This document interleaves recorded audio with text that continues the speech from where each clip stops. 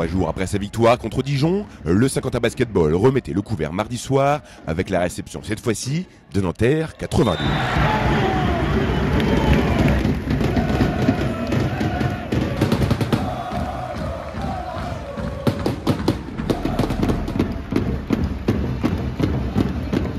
Face au 5e de la division, l'USQBB ne va pas déroger à ses principes en mettant beaucoup d'intensité et d'agressivité dans son jeu. Avec un très bon Nate Johnson, notamment en première période avec 14 points pour 23 unités au total, l'équipe de Julien Mahé n'a jamais lâché son avantage en résistant notamment au retour nantérien en fin de rencontre.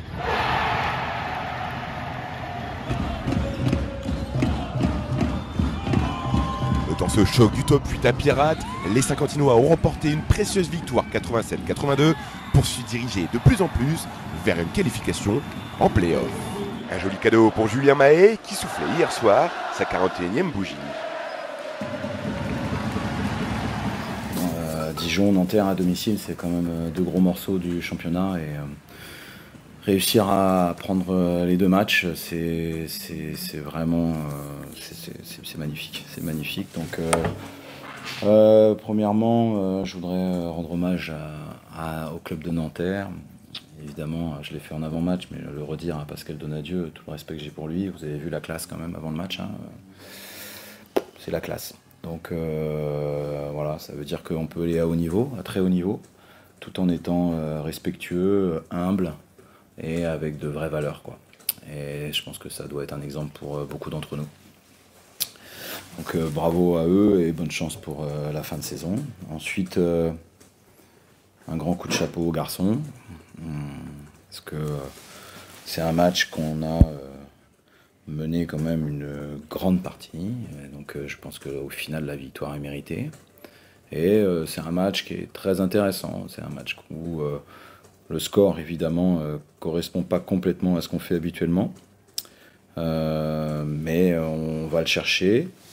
Et c'est aussi dû au fait que bon, on a certainement bien attaqué, mais Nanterre est vraiment très dur à défendre. Et on savait que quand ils étaient à 0 sur 7 à la mi-temps, à 3 points, ça n'allait pas durer. Vous avez vu en deuxième mi-temps l'étendue du talent qu'ils ont pour trouver les shooters. Mais bon, on a tenu. Ce qui est remarquable, ce qui me plaît bien pour la suite, c'est que c'est pas non plus notre meilleur match, quoi. C'est sûr qu'il y a des matchs où on fait beaucoup moins bien que ça, mais on peut faire mieux. On peut faire mieux, voilà. Individuellement et collectivement. Et moi, j'arrive à un moment du championnat là où les détails comptent, quoi. Et j'ai envie d'être encore plus exigeant avec les garçons. Et là, on a des matchs qui nous permettent d'être exigeants. Parce que là, on joue Nanterre qui est top 5, on va à Villeurbanne dimanche. Donc là, si on n'a pas le niveau d'exigence nécessaire, on ne peut pas lutter. On trouve quand même le moyen de gagner, de gérer une fin de match avec quand même 2, 3, 4 possessions d'avance. Donc c'est très bien même. Et puis, comme je vous l'ai dit, ça va quand même nous permettre encore d'apprendre. Parce que, bon, par exemple, Melvin qui tire à 15 secondes de la fin, bon, maintenant il a compris, mais là, c'est des choix qui sont... Bon, voilà, ils sont jeunes. Nanterre a pris 21 rebonds défensifs et nous 17 offensifs. Ce qui fait qu'on a pris 45% des rebonds sous le panier adverse. Puis 5 dès le premier carton. Ouais. Et pourtant, bon, là, 13 points sur deuxième chance. Mais bon, 17 rebonds off, 13 points sur deuxième chance, malgré tout, c'est quand même pas génial. On aurait pu encore plus impacter. Je pense qu'il y a quand même eu un paquet d'actions. Pour les rebonds, on rate.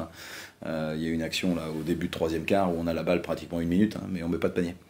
Mais ça montre toute l'intensité qu'on a, et puis on a été intelligent sur ces aspects-là. On a quand même des spécialistes, donc j'ai bien aimé ce qu'ils ont produit ce soir. Ils ont été plus intenses, je pense, que les intérieurs de Nanterre, ce qui explique aussi les fautes, même si on avait ciblé Falfay, parce que ça s'était déjà passé en Coupe de France et on pensait qu'on pouvait vraiment tirer avantage de ce match-up-là. Et il vaut mieux, on est quand même... C'est des choses qu'on ne maîtrise pas parce que c'est des coups sifflés d'arbitre, mais on est quand même mieux quand il n'est pas sur le terrain. Parce qu'il est très impactant. Avec cette victoire, la 16e cette saison, le Saint-Quentin Basketball pointe à la 7e place de Betclic Elite avant un déplacement ce dimanche du côté de l'Asvel.